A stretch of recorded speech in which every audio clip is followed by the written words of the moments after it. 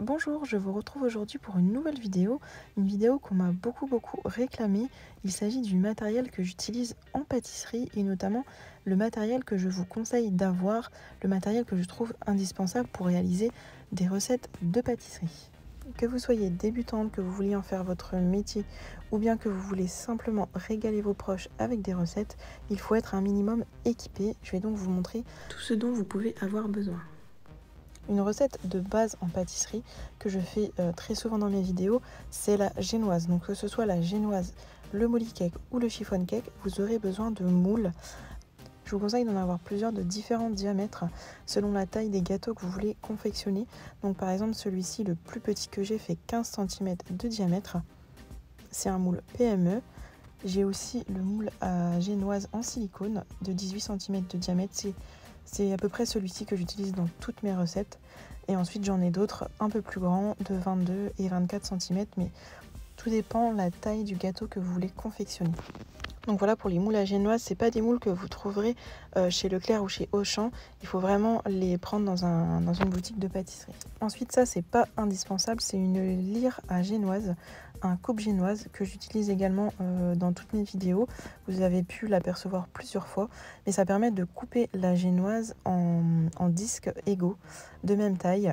Bon, bien sûr, c'est pas du tout indispensable, vous pouvez faire la même chose avec un grand couteau. Mais voilà, si je peux vous conseiller d'en avoir un, c'est utile. Quand on parle de génoise, on ne parle pas que de la génoise haute, mais également de la génoise rectangulaire qu'on fait cuire sur une plaque à génoise, par exemple pour faire un biscuit roulé ou une bûche. Donc je vous conseille vraiment d'avoir une plaque à génoise, c'est très pratique. Ça permet d'avoir une génoise uniforme et d'une taille adéquate. Ensuite, un autre gâteau de base en pâtisserie, le cake. Donc je vous conseille d'avoir un moule à cake, ça sera toujours utile. Autre petit gâteau tendance du moment, les cupcakes. Donc je vous conseille d'avoir un moule à muffins comme ici, dans lequel vous mettrez des caissettes à cupcakes. Il suffit juste de mettre les caissettes dans les empreintes et de faire cuire vos cupcakes. Bien sûr, ce moule peut aussi vous servir pour du salé. Ensuite, je vous conseille d'investir dans une petite panoplie de moules un peu plus design pour changer des moules ordinaires ronds ou carrés. Quand on fait des entremets dans ce genre de moule, c'est vrai que ça fait toute la différence puisque le décor à lui seul sublime le gâteau. Donc je vous conseille vraiment d'en avoir. Je vais remettre en barre d'infos le lien de mes recettes où vous pourrez voir l'utilisation de ces moules pour vous donner une petite idée. Ensuite, on passe au moule classique. Donc ça, c'est un moule à manquer. Le moule classique, tout le monde doit avoir dans son placard. Ici, il fait 20 cm de diamètre, c'est à peu près la taille que je fais toujours pour mes gâteaux, 18 ou 20 cm. Ça permet d'obtenir des gâteaux de 8-10 parts. Ici, ensuite, c'est le moule à tarte renversée. Un moule très sympathique également, puisque vous pouvez faire un biscuit et retourner le moule afin d'avoir un petit creux et d'y déposer une crème au milieu. C'est vraiment sympa et ça change des gâteaux ordinaires également.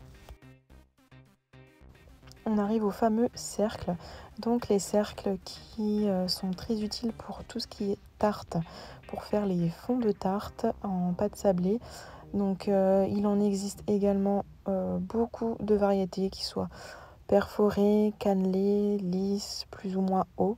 Donc ici par exemple c'est le cercle amovible. Donc ça c'est très pratique parce que vous le mettez à la taille que vous souhaitez. Ça, j'utilise notamment pour les fraisiers, par exemple. Des cercles, il faut vraiment en avoir de toutes les tailles dans vos placards. Ça sera toujours utile. Donc, il y en existe des ronds, mais également des rectangulaires, comme ici. Les cadres et les cercles sont notamment très pratiques pour le démoulage des gâteaux. Vous pouvez également apercevoir dans mon matériel que j'ai des moules à milliardises. Donc c'est pas du tout indispensable, mais c'est pratique. Voilà, c'est vraiment pratique d'en avoir plusieurs. Ensuite, pour remplacer vos papiers cuisson, je vous conseillerais d'avoir une toile de cuisson perforée comme ici en silicone. C'est vraiment l'idéal pour faire cuire des fonds de tarte par exemple. Ensuite, bien sûr, les ustensiles basiques. Donc un rouleau à pâtisserie, ça je pense que tout le monde en a un. Ensuite, un fouet, une maryse. Donc le fouet et la maryse, c'est pareil, ça va de pair. C'est deux ustensiles à avoir. Donc ça, c'est une petite lame pour faire les incisions dans les pains ou les brioches. C'est très pratique également, ça coupe mieux qu'un couteau. Petit conseil, et toujours une règle près de vous, parce que la pâtisserie c'est parfois très millimétré. Ensuite, on passe au pinceau, donc ça c'est très pratique pour les pains burgers, pour les tartes. La spatule coudée également pour étaler vos crèmes sur vos gâteaux. Très très pratique également, il faut absolument en avoir une. Une grille, donc on appelle une volette à pâtisserie, très pratique pour faire refroidir les pains, les biscuits ou encore pour faire les glaçages. Quand vous mettez un entremets et que vous faites un glaçage, ça permet de bien égoutter le glaçage. Ensuite, un fouet électrique, donc je vous conseillerais vraiment d'en avoir un. Ce sera toujours pratique pour monter vos blancs en neige, battre vos crèmes, monter une chantilly, faire une mayonnaise. Le fouet électrique est vraiment très très pratique. À défaut d'avoir un robot pâtissier, il faut au moins avoir un fouet électrique. Moi, j'utilise dans la grande majorité des cas le robot KitchenAid, le robot pâtissier. C'est le plus gros investissement que vous devez faire en termes d'équipement en pâtisserie, si vous le pouvez. Il vous sera très très très utile. Un petit mixeur sera également de très grande utilité dans vos placards, notamment pour concasser vos fruits secs, votre chocolat ou encore pour faire du praliné. Vous aurez également besoin d'une balance culinaire, une balance de cuisine, c'est le b.a.-ba en pâtisserie. On doit travailler avec des mesures précises et non se référer à un verre doseur, donc une balance culinaire c'est obligatoire. Ensuite bien sûr des culs de poule, des saladiers assez grands comme ici, donc celui-ci a le dessous un peu rugueux, ça permet de le maintenir sur le plan de travail. Bon, après, des saladiers ordinaires, ça fera très bien l'affaire. Un tamis, donc ça également c'est très important pour tamiser vos préparations, pour avoir une farine très très fine, du sucre glace très fin, c'est très important. Et enfin, des cuillères en bois pour mélanger vos préparations. Tout à l'heure, je vous ai parlé des cercles. Ici, j'ai les mêmes en mignardise, donc des petits cercles à pâtisserie, mais également des petits donuts par exemple, des petits emporte-pièces, des petits cercles en forme de cœur. Voilà, ça aussi c'est pour faire des mignardises, des emporte-pièces, pour faire des biscuits, c'est des petits ustensiles à avoir également. Les fameuses douilles et poches à douille pour les crèmes. Donc je vous mets en barre d'infos la dernière vidéo que j'ai faite concernant les poches à douille. Ensuite, si vous faites beaucoup de gâteaux, de tartes, je vous conseille d'avoir des dessous cartonnés donc pour les présenter. Comme ici par exemple, ça c'est pour les tartes, ou les dessous dorés qui sont plus solides pour tout ce qui est gâteau. Également en version rectangulaire, les plateaux traiteurs pour déposer vos mignardises ou alors pour déposer vos grands gâteaux, vos grands number cakes. Ici j'ai aussi des disques rectangulaires cartonnés et également des versions miniatures pour tout ce qui est tartelette. Ça c'est le rhodoïd, le fameux film transparent en plastique que l'on met pour faciliter le démoulage des fraisiers par exemple. Vous le voyez très souvent dans mes vidéos. Ça existe en différentes hauteurs. Là, vous pouvez apercevoir les papiers à burger pour présenter vos burgers, vos sandwichs ou encore pour déposer vos frites.